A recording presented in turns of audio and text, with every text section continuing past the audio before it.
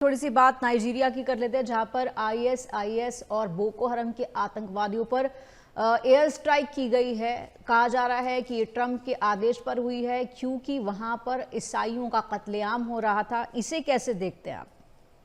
देखिए पूजा जी, ये जो नाइजीरिया बड़ी कॉम्प्लेक्स खीर है। देखिए ट्रंप को आप देखिए पिछले 2-4 महीनों में जब से इसकी थोड़ा अप्रूवल रेटिंग गिरी है, जैसे इसकी दुकान थोड़ी कमजोर हुई है यूएस में, ये इन्होंने एक स्टांस बदला है। ये मागा को खुश करने में लगे।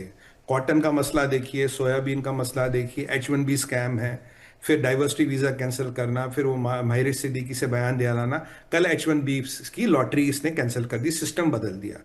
उससे पहले जेडी वेंस का बोलना क्रिश्चियन वैल्यूज पे दिया जाएगा H1B वीजा। अब जब जेडी वेंस ये बोले यार क्रिश्चियन वैल्यूज, मैंने कहा अचानक भाई तुम्हें ये क्रिश्चियन वैल्यूज कहां से याद आ गए? अब एरिका एरिक वो जो था क्रिक, उसकी बीबी एरिका क्रिक उसे कहीं ना कहीं अगले आने वाले चुनाव में प्रेसिडेंट के लिए भी एंडोर्स कर रही है। काफी लोग का विचार है भैया तुम अपनी हिंदुस्तानी बीवी को छोड़ दो, वो हिंदू है, वो क्रिश्चियन कन्वर्ट नहीं हुई, तुम इसकी क्रिश्चियन महिला है, तुम इससे शादी कर लो। जब जेडी वेंस भी ये क्रिश्चियन क्रिश्चियन बोलने लगा, मैंने कहा भाई कॉन्स्टिट्यूशन अमेरिका तो क्रिश्चियन कंट्री नहीं है, तो ये क्रिश्चियनिटी का भूत तुम पे कहां से चढ़ गया? अब देखिए क्रिसमस का डे, ठीक है जी, उसी दिन आपने बोल दिया कि हमने जी जाके नाइजीरिया में हमला कर दिया, क्योंकि ये मुसलमान जो है, ये बोको हराम वाले या आइसिस वाले, ये क्रिश्चियनों को मार रहे। तो मैं आपको याद दिला दूं, ये तो पिछले 9 साल से हो रहा है। ये तब भी हो रहा था जब लास्ट टाइम आपकी सरकार थी। आज याद क्यों आया? 3-4 कहानियां। सबसे पहले मागा को खुश करना है। क्रिसमस के दिन क्रिश्चियनों के लिए हमने हमला कर दिया तो मागा वाले थोड़ा खुश हो गए। दूसरी बात, मुझे लगता है मोहम्मद बिन सलमान ने टाइम पे पैसे नहीं भेजे, तो एक इस्लामिक वर्ल्ड को भी समाचार भेज रहा है भैया ऐसा है कि हम जाके आके ठोक सकते। देखिए सीरिया में इन्होंने स्ट्राइक किया, 100 स्ट्राइकें की इन्होंने, 2 लोग इनके मारे गए, 3, वो भी आइसिस के खिलाफ, और आज भी आइसिस के खिलाफ। यानी कि कहीं ना कहीं पूजा जी आइसिस फिर उभर रहा है। मैं आपको आज गारंटी के साथ कह रहा हूं, आइसिस फिर उभर रहा है। चौथी बात कह रहे जी नाइजीरिया की गवर्नमेंट ने हमें कहा स्ट्राइक करने को। अगर नाइजीरिया की गवर्नमेंट आपको ये ना बोले तो मतलब आप तो कह रहे हो ना हम नाइजीरिया ने ऐसे कहा, भाई उनकी फिर आपने तो टेरिटोरियल सॉवरेनिटी वायलेट की, तो उन्होंने अपनी इज्जत बचाने के लिए बोल दिया जी हमने कर लिया। पांचवा पॉइंट, जो नाइजीरिया की गवर्नमेंट है इसमें आधे क्रिश्चियन आधे मुसलमान होते हैं, उसमें नाइजीरिया के अंदर घुसना पड़ेगा। नाइजीरिया की अगर आप आबादी देखें, क्रिश्चियनों और मुसलमानों में लगभग लगभग इक्वल है। जो आपका नॉर्दर्न पार्ट है नाइजीरिया का, ऊपर वाला क्षेत्र, ईस्टर्न पार्ट, यहां मुसलमान रहते हैं, निचले पार्ट में क्रिश्चियन रहते हैं।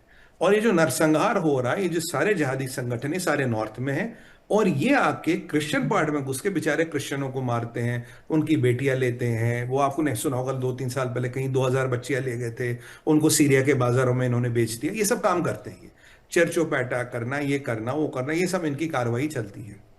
और समस्या क्या है कि आप बोलोगे आबादी इक्वल है, पॉलिटिक्स में भी इक्वल स्टेक है, तो समस्या क्या? समस्या वही है कर्नल गद्दाफी वाला फॉर्मूला। कर्नल गद्दाफी ने एक बार कहा था हम यूरोप जीतेंगे बिना गोली चलाए। कैसे? केवल बच्चे पैदा करके। अब अगर आप मुसलमानों का फर्टिलिटी रेट देखोगे, हर मुसलमान महिला को नाइजीरिया में 7 से 8 बच्चे होते हैं, जबकि क्रिश्चियनों के भी होते हैं, बट वो 4-1 पे रुक जाते हैं, 4 हद से 5। यानी कि मुसलमानों की फर्टिलिटी रेट लगभग लगभग डबल है क्रिश्चियनों से। 15 साल का विंडो देखिए, 20 साल का विंडो देखिए, या 70% मुसलमान 30% क्रिश्चियन रह जाएंगे। फिर यहां एक नरसंहार होगा, तो उस नरसंहार होगा और फिर कहीं ना कहीं उसके इम्प्लीकेशन आएंगे। और अमेरिका को तकलीफ है, आइसिस बढ़ रहा है। अमेरिका को क्रिश्चियनों की समस्या नहीं है, आइसिस बढ़ रहा है। आइसिस पे हमने सीरिया में भी ठोका, आइसिस को हमने अफ्रीका में भी ठोका, और आइसिस जो बढ़ रहा है, जो अमेरिका के खिलाफ कभी ना कभी आएगा, बोको हराम आएगा। और जो पीछे अफ्रीका में इंसिडेंट हुआ था 3 दिन पहले पूजा जी, मेरा ही एनालिसिस था, उसमें भी आइसिस या बोको हराम इन्वॉल्व था। वक्त की बात है, साउथ अफ्रीका में जो शूटिंग हुई थी, 10-15 लोग मरे थे। आप देखिएगा दोनों में से एक संगठन उसमें भी इन्वॉल्व होगा। तो बेसिकली ट्रंप एक तीर से कई सारे निशाने चला रहे। क्रिसमस के दिन कर रहे तो मागा वाले खुश, मिड टर्म आ रही है, हमें पावर चाहिए भैया, हम बहुत बड़ा काम कर रहे, क्रिश्चियनों को बचाने का काम कर रहे हैं। बेसिकली ट्रंप हर काम अपने फायदे के लिए करता है, और कहीं ना कहीं इस्लामिक वर्ल्ड को एक मैसेज दे रहा है कि भैया जरा पैसे वैसे जो कमिटमेंट की है अमेरिका में, वो भेजने शुरू कर दो, वरना तुम्हारे जिहादी संगठन भी हमारी पहुंच से दूर नहीं है। भाई तुम तो अफ्रीका के पास ही पढ़ते हो ना, अफ्रीका से तो तुम भी पास पढ़ते हो, जहाज यहाँ की तरफ जाए या यहाँ की तरफ जाए। और ये अटैक किया था क्या कहते हैं उसे, गल्फ ऑफ गिनी से, गल्फ ऑफ गिनी से टॉमाहॉक मिसाइलों से अटैक किया था, जो बहुत एक्यूरेट मिसाइल है, 1,500 किलोमीटर की रेंज है, बिल्कुल सटीक गिरती है, और काफी आइसिस के जहादी मारे गए हैं। और ये जैसे वेनेजुएला में कहा कि ड्रग्स को डिसरप्ट करने के लिए हमने वेनेजुएला का घेराव किया, ठीक उसी तरह से कह रहे क्रिश्चियनों को बचाने के लिए हमने घेराव किया। कहानी है आईसिस का उभरता हुआ राक्षस, और कहानी है इस्लामिक कंट्रियों को मैसेज देना।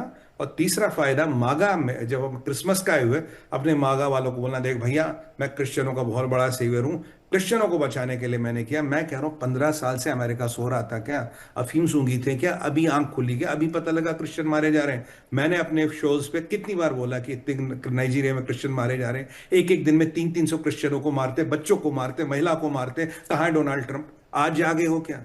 ये सारा राजनीति है, ये सारी एक अपनी अवसरवादी राजनीति को सुदृढ़ करने का प्रयास है पूजा जी।